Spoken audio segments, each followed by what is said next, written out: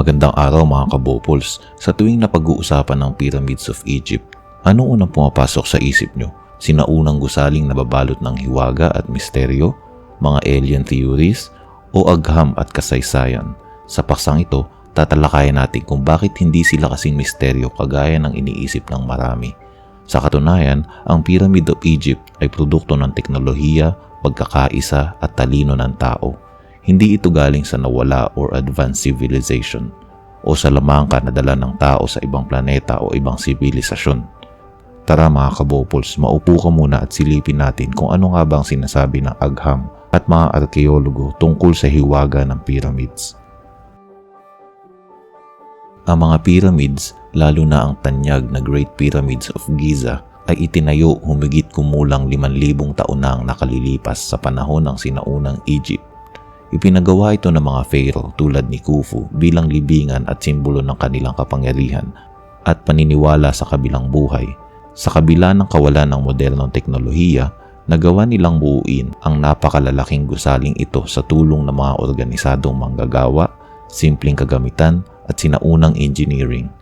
Tinatayang libu-libong manggagawa ang nagtulungan sa loob ng maraming taon para matapos ang isang pyramid.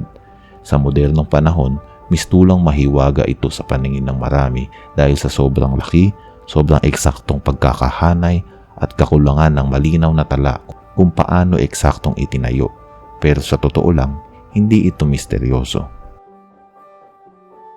Sa mga dekadang nakalipas, marami nang natuklasan ang mga archaeologists.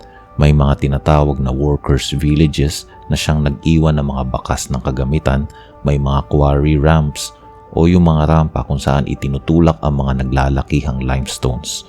At may mga dokumento na nakasulat sa papyrus gaya ng Diary of Merer na naglalarawan ng paglipat ng limestones papunta sa Giza. Ibig sabihin, alam natin na may libu-libong skilled workers, hindi alipin. Itong mga manggagawang ito ay binabayaran at pinapakain ng gobyerno ng Egypt. Organisado sila. May engineers, may architects, may logistics. Hindi ito basta-bastang sapilitang paggawa. Minsan ginagawa nating mas komplikado ang mga simpleng bagay. Mahalagang maunawaan na ang hugis ng pyramid ay hindi naman talaga misteryoso. Kahit noong sinaunang panahon, alam na ng mga tao na kapag mas malapad ang pundasyon at paunti-unti ang taas, mas matibay ang gusali. Madaling idisenyo at hindi mo kailangan ng malalim na matematika para maintindihan ito. At isa pa, hindi lang mga Egyptians ang nakaisip nito. Matatagpuan din ang mga pyramids sa Mesoamerica, may pyramids din sa China at ganon din sa Mesopotamia. Ibig sabihin, sa iba't ibang bahagi ng mundo, pare-pareho ang naisip ng mga sinaunang tao.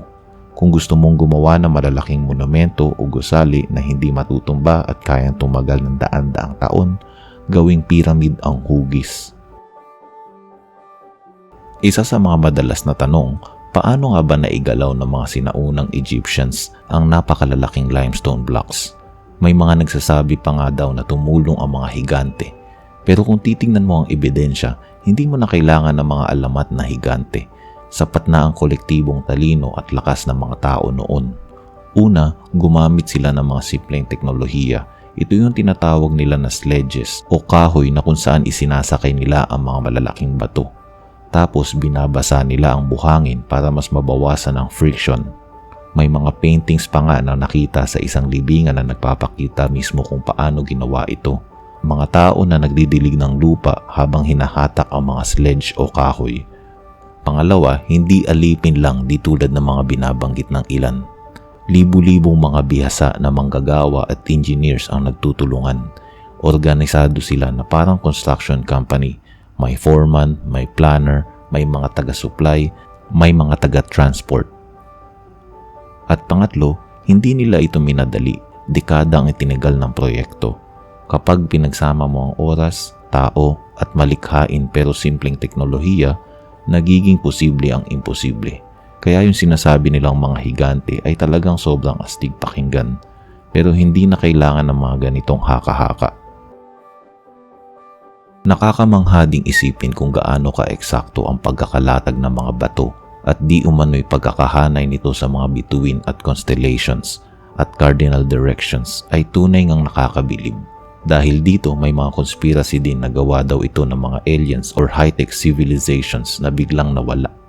Pero ang totoo, kaya yan ng mga sinaunang engineers o mga astronomers na buong buhay nilang pinag-aralan at inoobserbahan ang kalangitan, geometric measurements at trial and error constructions. At ang talinong ito ay naipasa nila sa mga susunod na henerasyon na siyang nagbigay ng kaalaman sa mga ugnayan sa pagitan ng mundo at araw, mga bituin at mga constellations sa kalangitan. Hindi na kailangan ng mga aliens or lost civilizations.